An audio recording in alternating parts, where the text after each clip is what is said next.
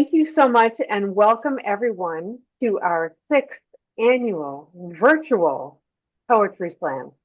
So I'd like to tell you that this Poetry Slam was started by former board member and artist Meagan J. Meehan, and I'm just going to take a moment to just tell you a little bit about Westbury Arts, and then I will tell you a little bit about Meagan and her background, and then we will get into the actual poetry of the evening. So to start out with, my name is Julie Lyon. I'm the president of the board of directors of Westbury Arts.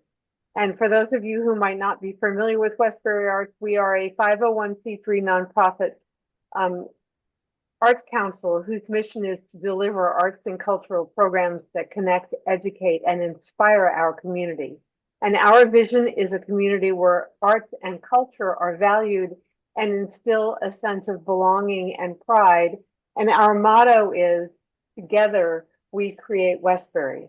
So together meaning together, coming together just like this, either in person or virtually via Zoom, but bringing all of our art together that we can share with each other. That is one of the ways that we connect with each other, and that we at Westbury Arts really believe that connecting like this helps us to transcend differences and break down barriers, and in order to just all feel connected together as we are as humans. So this event was created by the lovely Meagan J. Meehan, who was a writer, abstract artist, author of novels and short stories, children's books and poems, and a playwright. More than that, Meagan was an effervescent personality with a zest for life and an unshakable spirit. And unfortunately, Meagan left us last year. And so we are holding this particular Poetry Slam in her memory and in her honor, as she was the person who started this. So 6 years ago, Meagan started this. We were in the midst of the pandemic, and she decided that we needed something that we could do virtually and share with each other. And it was her idea to do a Poetry Slam. It was wildly successful in the first year, and so we continued it after that, and it's been, and so here we are in our sixth year, and even though Meagan is no longer with us, we are continuing in her honor. So with that said, I'm just going to, a couple of little housekeeping items. I am going to put a couple of links in the chat, and that is a link to become a member of Westbury Arts and or a link to donate. And so I'm putting those two things in the chat so that everybody can just, if you're interested in making a donation to Westbury Arts, once again, we are a 501c3 nonprofit, so we do rely on donations and other things like that. But also, if you'd like to become a member, we would love to have you. So check out one of those links in the chat for that. Reminder to mute yourself when you're not speaking, so that we can make sure that we have a quiet space for the poets who are speaking. And also a reminder that I am recording this. This is recording right now. So for those of you who just joined, let it be known that we're recording this. And if that's a problem with you, or you'd rather not share your poem while we're recording, that's fine. Feel free to opt out of that. And so we are honored and privileged to have among us this evening the father of the founder of this Poetry Slam, and that is Michael Meehan, is on the Zoom with us. And so Michael, if you'd like to unmute yourself, I'm going to invite you to share the poem that you wanted to share.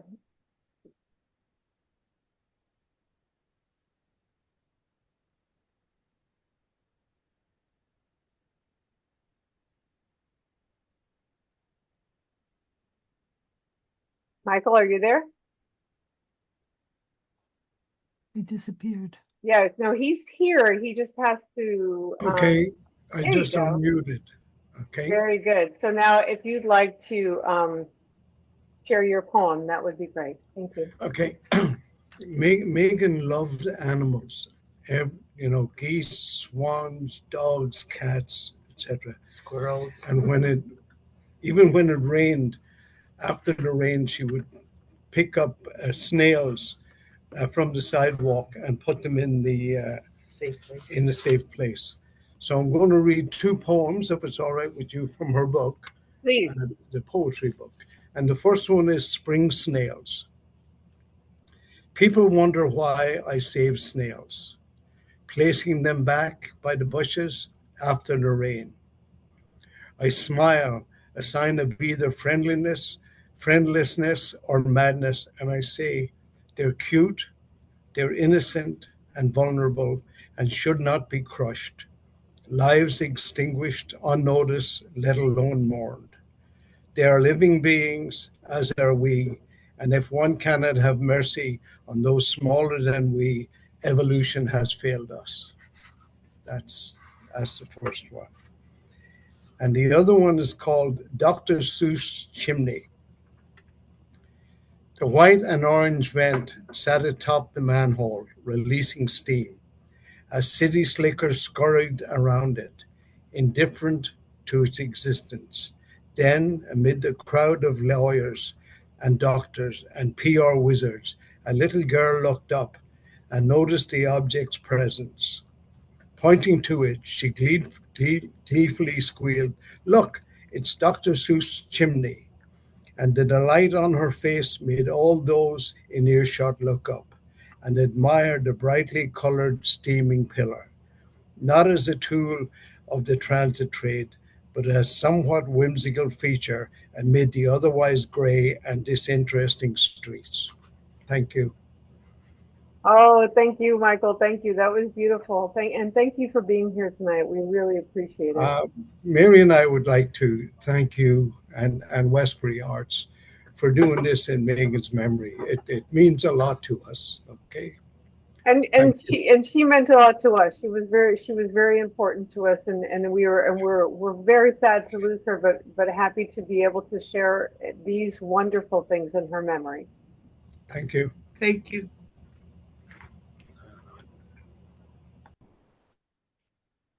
All right, next up I'm going to ask Carol Fischer-Rosenthal to share her poem that she wrote in honor of Meagan.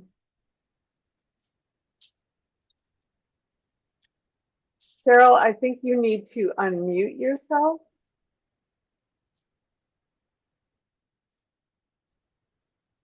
Because I can't hear you.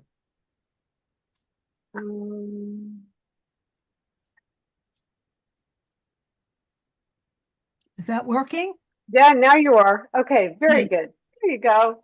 Hi, everybody. Hi. Okay, this is an ode to Meagan. Kooky with a capital K. Fiercely creative, I'd say. Eyes full of mischief, mayhem, and fun. Rich in language with the perfect pun. Brilliant colors, textures, and such. You just want to know her so very much. Earrings, fantastic, fly out every which way. Always on the move, can't make her stay. A dog in her arms, love in her heart, and the most fantastic art. A pair of heels that look like you can't really wear them. Yet she pulls it off in her usual mayhem. She left our world so young and spunky, walking in heaven in her heels, crazy, clunky. Eyes full of dazzling delight that could literally light up the night. Why did God take her at the prime of her time? Must have wanted a makeover of heaven sublime. Well, if anyone can do it, Meagan can, sprinting along with a decorative fan. Meagan remains in our hearts and minds with her unique art and extraordinary finds. You can almost feel her still, romping around in heaven, getting her fill of life after life, showering down from on high. Her wild creations as they fly into our dearest hopes and dreams of love, rainbow, and giant moonbeams. She curated a show, doing her part, to include mine on sensical junk art. I loved her in messages before seeing her face and knowing of her brilliant humor and grace. Because I knew Meagan, I am richer for sure, remembering her adorable and charming allure. I say 3 cheers for Meagan. Rah, rah, rah. I'll bet she gets the last laugh. Ha, ha, ha. Thank you. That was wonderful. Thank you so much. Thank you. Lovely. That was just gorgeous. Thank you so much. Now, I don't know, I had scheduled for the next poet, Chuck Cutolo. Chuck, are you here? I'm wondering if he's one of these people who's not on the video. Chuck? No, I don't think Chuck is here. Okay. Then we shall move on. Let's see who else we have here who's going to read. I don't see Henry Belmore. Is Lavelle Brown here? So right now I'm just going down a list. Okay, Shirley Darkeh, I see you right there. Would you like to read your poem, darling? Surely. This being Women's History Month, I thought I would read A Mother's Love. A mother's love is life's first gift, a home to the soul where love begins and never ends. A mother's love is so tender. Her faith is so strong it reaches as high as the sky. That's the home for the sun and the moon. This love is as deep as the sea. That is home to the lobsters and crabs, as wide as the ocean, where the fish and the whales live. A mother's love is as strong as the branches of a tree that protects you from the sun, as soft as the cotton in the fields, and as sweet as the grapes on the vine. This love is as fast as a lion's roar, strong as a raging bull, and gentle as the lion with its cub. Oh, oh, how deep and wonderful is God's gift of a mother's love. Oh, thank you. Thank you, Shirley. That was beautiful. Thank you. And I see that Chuck has joined us. Chuck, would you like to go next? Okay, fine. I apologize for being late. I misinterpreted. There is nobody at Westbury Arts right now. So I went there. I said, what's happened? But anyway, it's my fault.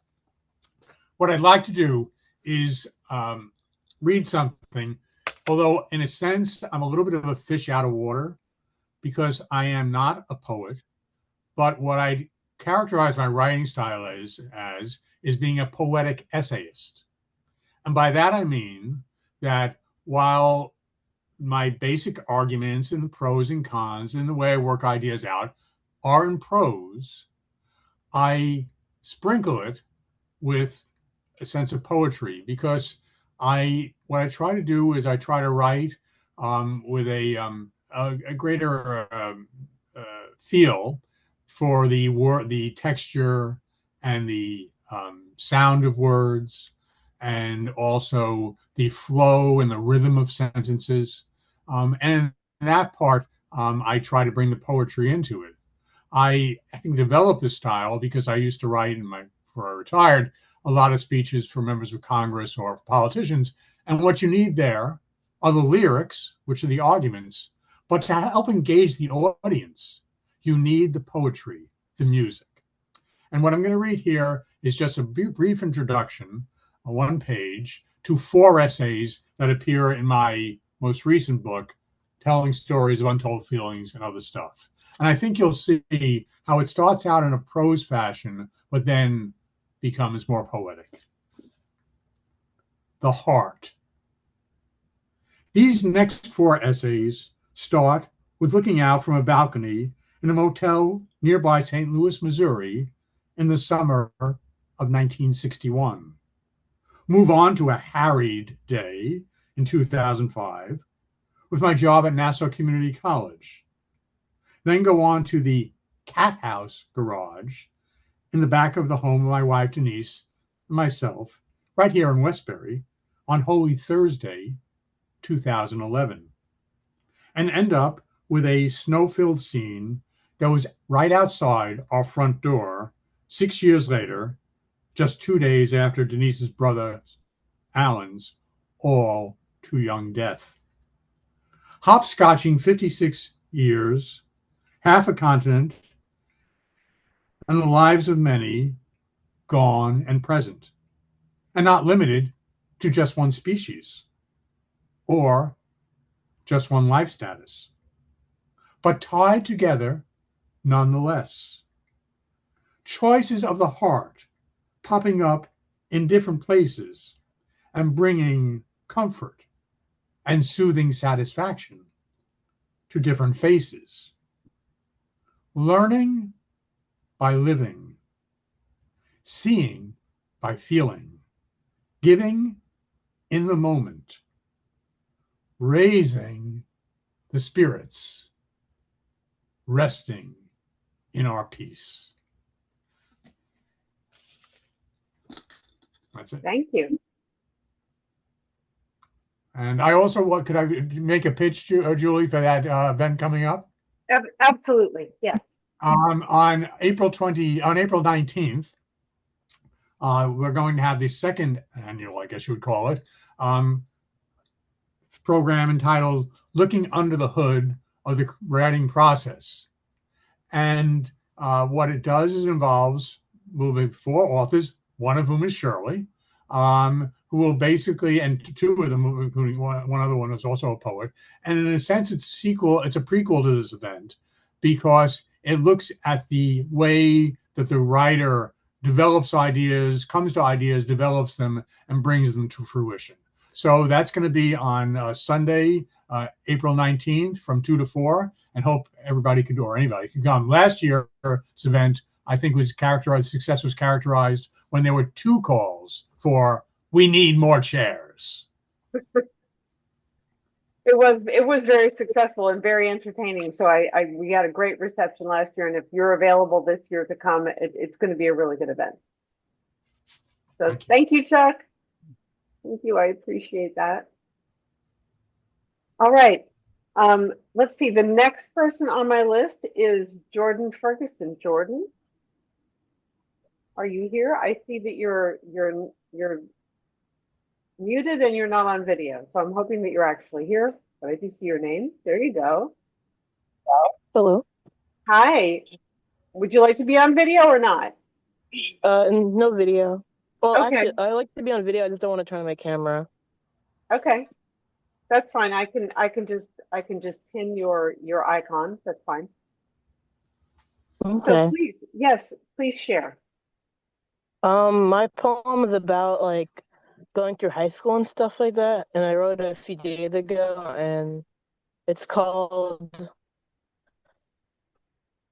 Day by Day, Time and Throughout and Thoughts Orbit. And yeah. I wake every day, the beautiful dawn, the sun is rising, the cold morning air hits my body, I curl into a ball, wishing the day not to come. But I get up anyways, resisting every urge to lie back into bed. With every moment getting ready, I dread the day ahead. Walking to the bathroom, I see the reflection in the mirror. I try to remember the song the song line from the song After the Storm. If you need a hero, look into the mirror. No one is going to save you now. You better save yourself. And with that, a little motion makes me pick up the pace. Rushing out the door, I see the time and think of Malcolm Todd's song, Roommate, specifically this line, time is moving. Think about what I would do if I had more time. All this on the ride to school, trying to find the solution to my day. The equation changes each day. Every problem I face is always circulating around my head, like it's orbiting my frontal lobe. This feeling pairs well with Malcolm Todd's song Earrings. The line specifically being extra, extra, read all about it. Malcolm's in his feelings and can't get out of it. All caught up in your feelings, even in the car ride into my school day. Practically a 365-day feeling. To find your hero, time is always moving, and feelings that feel like inescapable. A war zone inside and outside. All these thoughts grow as the months go on during the school year, but towards the end, it hits a climax and then drops. All this repeats the next year, but the thoughts and feelings help me grow. It shapes who I am and many others. Is high school that bad after all? I don't know. It depends on the path you take. Every path carries its own weight. Yeah, that's it. Thank you. Thank you. That was wonderful. Mm. Thank you. Very nice. Thank you for sharing. Thank you, Jordan. That was great. Thanks. All right, now I would like to invite, I think he's on it. Keith McNair, are you here with us? No, not yet. Okay. Then we'll move along. How about Nick Gordon? I see you right there. Nick, would you like to share your poem? Oh, Julie, I'm here. Oh, you are. There you are, right there, right in front of me. Sorry. All right. All right, Nick, you'll go next. We'll do Keith now. Keith, would you like to go ahead? Yes. Good evening, everyone. Name is Keith McNair, and the first poem I'm going to read, I had the opportunity to become a part of a art exhibit at the middle school here in Westbury. And since I'm not a painter, so I decided to write a poem in relation to bullying and making friends in school. It's called Friendship. I once thought that I was all alone and had no true friends. As each day would move along, I couldn't wait for it to end. But then one day it happened, and it was totally unexpected. Someone reached out to me, and a new friendship was erected. We promised to remain close and be there for each other, to keep the bond that we had formed like a sister and a brother. Emotions come and emotions change, like the seasons and the weather. But our friendship will last through the test of time, even when we are not together. And Nice. Beautiful. the Thank next you. one, it's titled I Am, and almost in the same vein as someone looking for acceptance and looking to be accepted. It's titled I Am. I am not so different than anyone around me.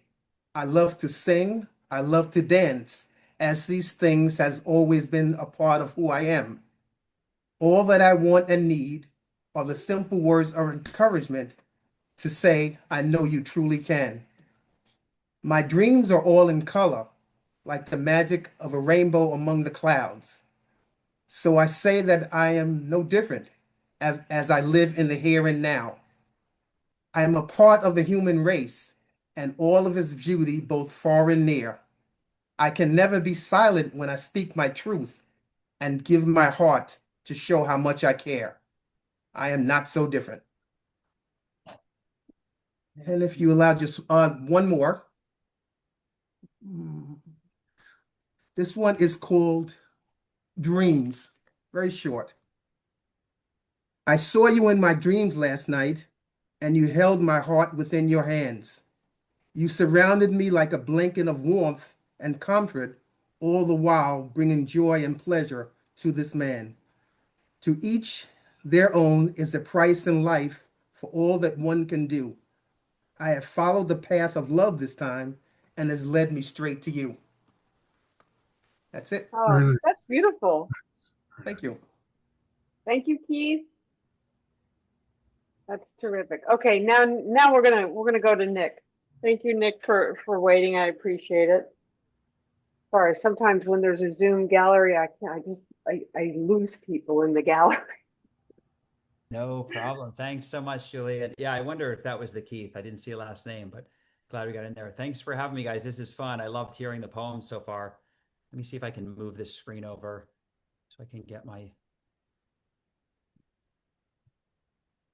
Okay, I'm going to read. I have two short free verse pieces I'll read if that's possible. Sure. Okay. So the first one's called Last Night at Cafe International. Ran into a girl I once knew last night at Cafe International. It was a poetry slam, and she let me have it. Tap dance on my face from the stage came a jovial torrent of vitriol. A sly smile curled on her lips as I sipped my Pinot, unawares at first, enjoying the piquant, spicy wine and the cafe's heady atmosphere, musing absent-mindedly until I heard it, that word, sport coat, spit with such derision in my direction. And now the spice in the poet's words began to drown out the pleasantness of the wine and the night as I felt a prick on the glass of my anonymity, shattered now as I heard what I thought was impossible. Surely such slander, such malice, such glee hurled at me and received so rapturously by the audience. Sport coat, she said again, is what they called him, he said, long ago in another lifetime, his nickname, as it were, flattering himself. But trust me, he was no sport, no gentleman, no nothing, a layabout lout more like it. A ne'er-do-well wino, a slob, a sloth, a blob, a pale hick skinny as a toothpick, stringy hair greasy as seaweed, sport coat my ass, and here the audience, a smattering of smart, arty professionals, louche bohemians, and some decent folk too, all rollicked and guffawed together as one at the poet's description of her unwitting victim, of him who happened to be here tonight all these years later in San Francisco. Yes, sitting there with them, taking it all in, grinning despite himself, in disbelief, really, at the turn things had taken, but won over reluctantly, grudgingly by the poet's fiery delivery, winning, and her deft wordplay at his expense. But now the victim could almost feel the eyes in the room shifting to him, following the poet's laser gaze, scrutinizing his stringy hair, his frailty, his ghostly pallor, as the poet rat-a-tat-tatted away, having a wordsmith's field day on his purported shortcomings, though it was true, as she presently said, that he often disappeared, shamefully, without a word, leaving his victims in the lurch, lurching now himself up out of his chair, which word lurch was in fact the last he heard, mercifully, from her as he slunk out of the cafe and into the murky night. Ooh, Wow. wow. Heavy. Thanks for bearing with me, guys. I've got one more if it's okay, if I'm still allowed, and it's short. Yes, please do. Okay. This one, we're going to change the tone a little bit, or well, I don't know how much, but it's called Voices. Some are born to purr and murmur, to ooze those seductive mellifluous syllables that confuse and bestir, others to guide you kindly, teacherly voices that reach out like a hand to uplift you with new truths and deeper meanings. You mean like preachers? Or crackpots, cons, frauds, soothsayers? These voices too reaching out, smoothly removing your morale, your money. Protest, rise up, no justice, no peace. Whose streets are streets? Ring the cries from the fiery ones, those voices given to crowds and causes, to resistance and rebellion. Some are chirpy, some are small and chirpy, like gossip queens and social media fiends. Some sonorous and histrionic, the gravelly Richard Burtons of the world. Some roar, the booming, bellowing baritones of coaches and rogues drunk with power. Some sing like Kate and Craig, soaring gloriously into rarefied air as we listen in bliss and watch in awe, wondering sometimes, why the hell can't I do that? Others prefer to preserve, to stay tucked away, hermit voices, you might say. The less chatter, the better, they say, silently.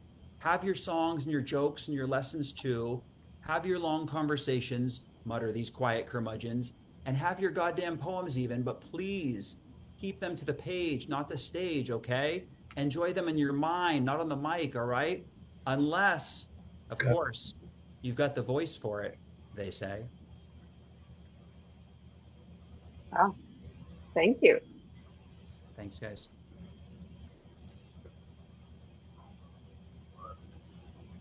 All right. Thank you so much. So far, we've had some really wonderful poetry. So is Henry Balmori here? I don't see him, but just checking. And how about Lavelle Brown?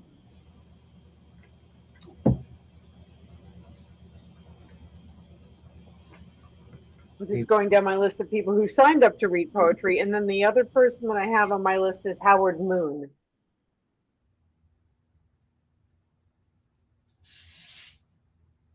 Any of those people here?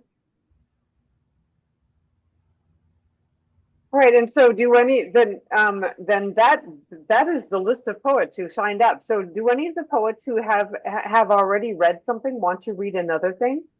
Carol or Shirley or Sure. Michael? I'll Shirley, read it. yeah, that would be great. Let's have another one of yours, Shirley, because I know that you have a lot of really cool stuff. I'm going to call this poem Heaven and Earth. Between heaven and earth, I'm in God's hands. What he says will happen. Nothing can stop it. I put my glasses back on. I want to thank you all for being here, and thanks for inviting me for the arts. Very interesting. I'm happy to be here. Okay, here I am. Born to live, born to die. What happens in between is yet to decide. With God by our side, we will enjoy Earth's ride. There will be heartache and pain. Life's storms are meant to make us strong. There will be bumps in the road, but God is in control, leading us to another day where success is on the way. We will experience pain and sorrow, but there's always tomorrow. With God by our side, there is joy and happiness on the other side. To love and be loved, all blessings from above. When we end our earthly ride, to go to our heavenly home in the sky, wrapped in God's arms, surrounded by loved ones who left a long time ago, born to live, born to die, heaven and earth. Thank God for our earthly ride. Thank you. Mhm. And can I add, Shirley, in light of that, I'm really pleased that you're going to be part of the program on April 19th, where we can Thank get you. a sense of how the ideas that we've now seen the finished product of, how they began and were polished. So thank you, and I'm looking forward to it.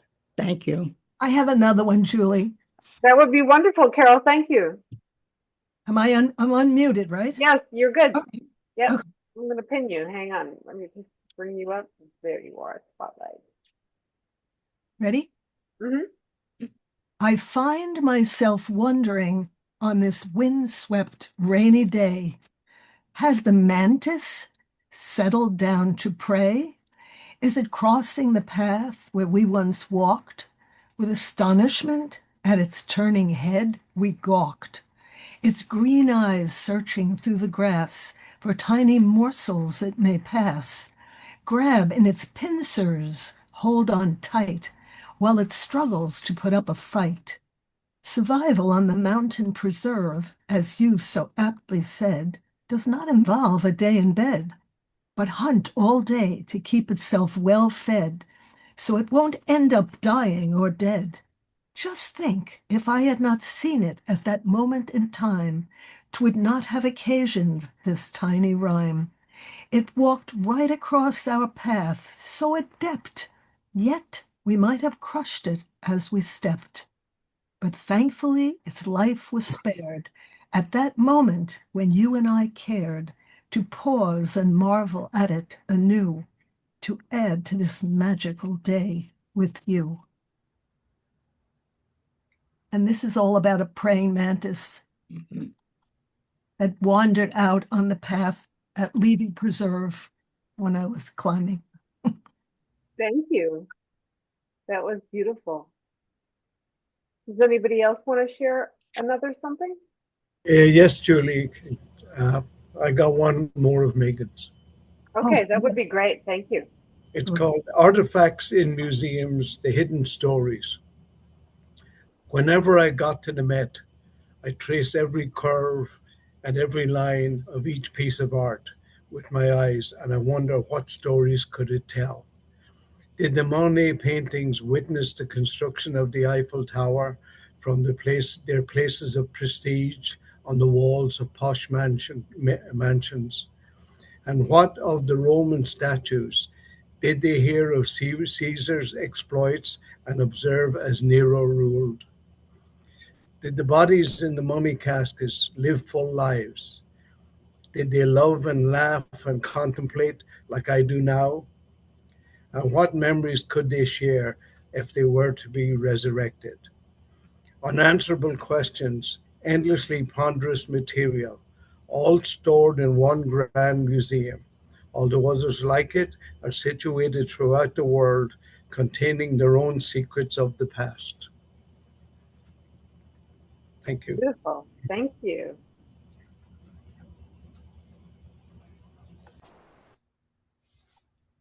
Now, is there, and I'm just going to call a couple of names out here. I don't think any of these people are here, but Henry Balmori, Lavelle Brown, or Howard Moon, are any of you here who want to share a story or a poem? Okay, then if you will indulge me, I would like to. Julie, can I read one more? Keith, you could, yes, please. I didn't mean to interrupt. No, you're good. Please do. I wrote this poem on an early Sunday morning, and it's called, it's a little different from what I usually write, but the words came to me, so I had to get them out on paper. It's called My Second Skin. I keep my distance from those around me to protect my soul and being. Enemies of my sanity attack from every side with words and deeds, sometimes never to be seen. I must wear a coat of armor both day and night, as those seeking to harm me never seem to rest. If I am to survive and see the next sunrise, I must always be at my best. The human experience comes with pain and suffering like a plague upon this once proud land. It needs no weapons made of fists or steel to destroy every woman, child, or man. I keep my distance from the false smiles that I see, for they were forged through a place with sweat and jealousy and hate. If I am to survive and live apart as one lone soul, then I willingly do accept this as my fate. This may seem dark and self-destructive from those on the outside looking in, but you know not my truth or wounds, which I have suffered from the beginning until my virtual end. Thank you. Thank you. As I said, a little dark, but I It's like very it. powerful, Keith. Different from what your usual work. yes, especially on an early Sunday morning. Very heavy for an early Sunday morning. I've got another one if you want it. I'll take it. Sure. Okay. Did you ever sit out in nature for a brief moment in time when the human world is almost silent and a soft quietude washes over you in extreme luxury? Traffic is a distant noise, miles and miles away, and there are no trains. The soft chirp of occasional birds already calmed after a busy morning, and the steady cry of the morning dove are your companions. A soft breeze stirs the newly opened leaves. caresses your cheeks and delicately tussles your hair. A brown decayed leaf left over from the fall tumbles by, a remnant of the old dying season, pushed aside now by newly emerging life to usher in spring. I do this often, lucky as I am, to be on the sunny side of the street, before the neighbor pulls the SUV into his driveway, before someone's teenager dribbles the basketball and shoots for the hoop, before the truck rumbles through town transporting produce, before a hot-headed 20-year-old races up the quiet, tree-lined, sleepy street, and after the dogs are walked. This is Sunday afternoon, and there is this peaceful moment, if one can catch it. It's that pause in between raindrops, in between breaths, in between busy humans running through their day, and it is pure magic. But I must remember that it is I who have paused to wallow in the glory of this moment. The world hasn't stopped. Countless others are hustling and bustling, forgetting to stop and feel the breeze. I am blessed to know the magic of this stolen moment. Huge, long tree shadows cross and crisscross the asphalt street. The sun is high. The yellow-green leaves are slowly opening on the hydrangea bush. I can almost feel them unfold, shiny, newly born, young and eager to join this sunlit world. That is what they are programmed to do.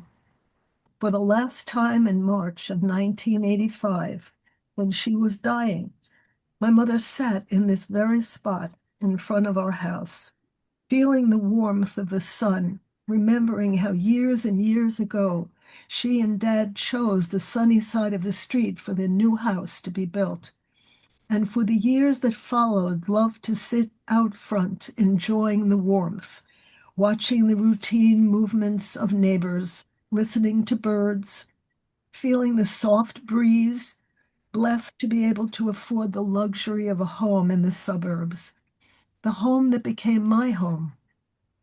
At least my beloved mother knew the magic of this moment before she closed her eyes forever. Carol, I can see the imagery was so great. I felt transported. That was wonderful. I can feel So you. talented. And I think Catherine was saying how great your earrings are. Did you make those yourself? I didn't wear my own, and I should have. Mm. But I'm celebrating Meagan because she always wore the most incredible earrings, and I selected these because they're each different. They don't match. That's Meagan. Thank you so much, and thank you for your tribute. Yeah, that was wonderful. Really meaningful. Thank you. All right. Well, I have been, so I know that Michael shared this, but this is Meagan's book. I'm hoping that you can see that it's not blurred out, but it's actually available on Amazon, I believe, right? Am I right about that, Michael? And anyway, I did earmark a couple of poems that I really wanted to read from Meagan's book. And so if you'll indulge me in that, I would appreciate it. That would be great. So here we go. This one is entitled Current Events. And for me, it really spoke to me with regard to just like current events. The circus never ends. Elephants, electronics, and cash prizes, clowns and celebrities. It's all the same. Distract us, entertain us, and we'll embrace you. The unknown, displaced, veiled gods of media, followers, ducks in a row, or lambs to a slaughter. It's subjective. Decide. We spend our lives asleep with little bursts of action more akin to dreams than reality, unbeknownst to most.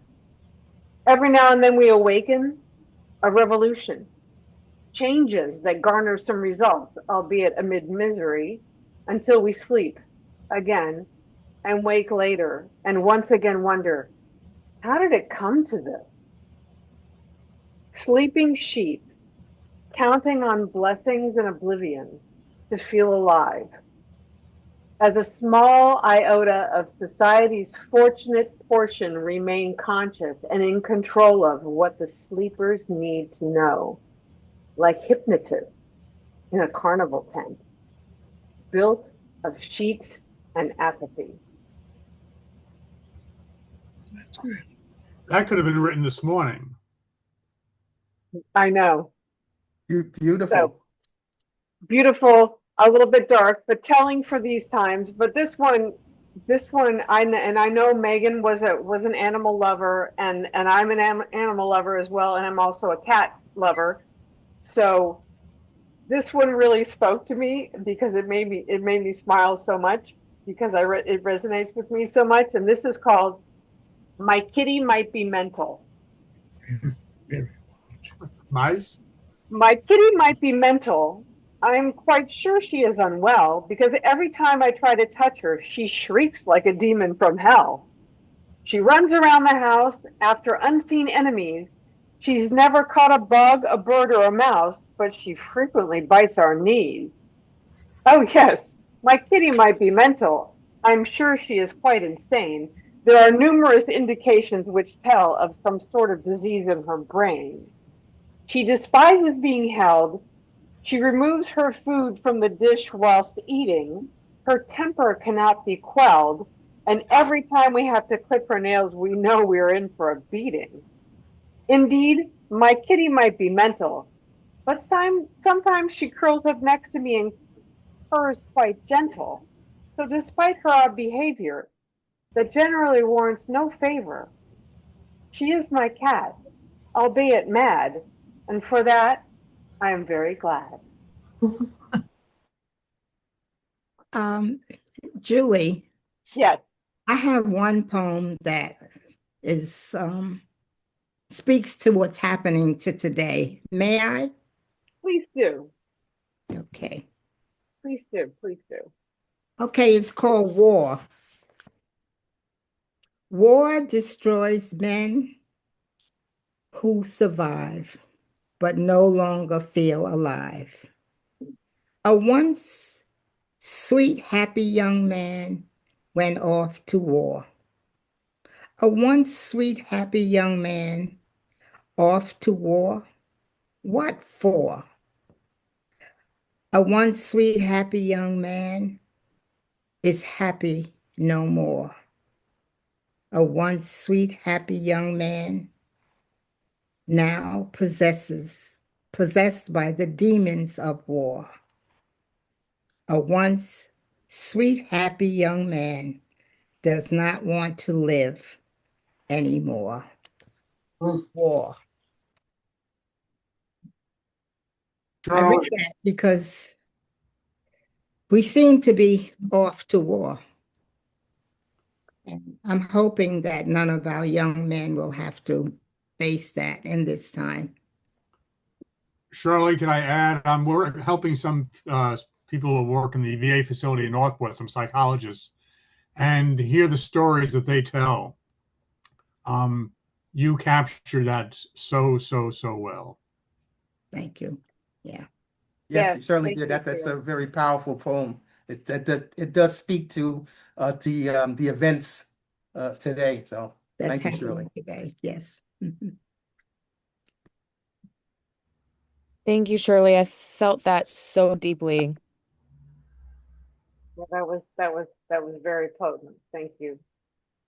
Thank you for giving me the opportunity. I appreciate all of you being here. Is there anyone else who has something else that they would like to share?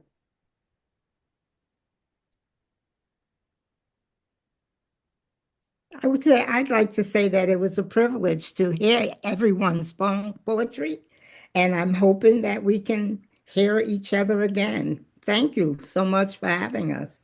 Yes, I hope we can do this again next year. I'm hoping that we can continue this. It's been a wonderful thing that Megan started, and this being the 6th year, I don't see why we wouldn't continue to do it. It's been successful, and it's really a wonderful opportunity to hear all of these talented writers share their work. So I Mhm. really enjoy that.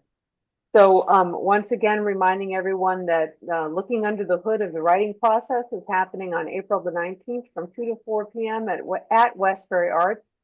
If you've never been to Westbury Arts, we are at 255 Schenck Avenue in Westbury. And that event will be happening then. And Tiffany, what else do we have? We have Jazz in the Gallery coming up on Sunday, April 26th, which happens to be my sister's birthday, and she's on the Zoom call. So happy birthday, sister. and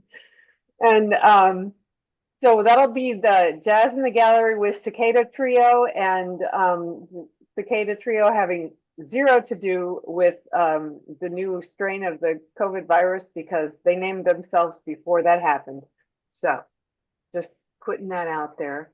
And then coming up farther down the road on May 31st, we have our next fundraiser, which is our wine tasting fundraiser, and we will be tasting the wines of South America. So be on the lookout. Tickets will be going on sale for that very soon, and so the save the date will be going out, but that is Sunday, May 31st from 4 to 7 p.m. at the Westbury Community Center. So Tiffany, is there anything you'd like to add? Just that thank you all so much for being here. I am always in awe of people I'm in awe of poets all the time. I was a creative writing major in college, and poetry was never my strongest form. I had a professor who once said, fiction are words in their best order, but poetry are the best words in the best order. So I think all of you showed that tonight, and thank you so much for sharing. Really, really appreciate that you're here, and really glad to be here to listen to one another and to be in Megan's memory. All right, if there's no one else who wants to share anything, then I'm going to conclude this 6th annual Poetry Slam. Once again, thank you all for being here tonight. We really appreciate you. Thank you for coming, and we hope to see you soon. Thank you. Thank you, everyone. Thank you. Thank you very much. Everyone. Thank you. Good night. Thank you. Thank you. Michael. Good night. Guys, that was a lot of fun. Thank you.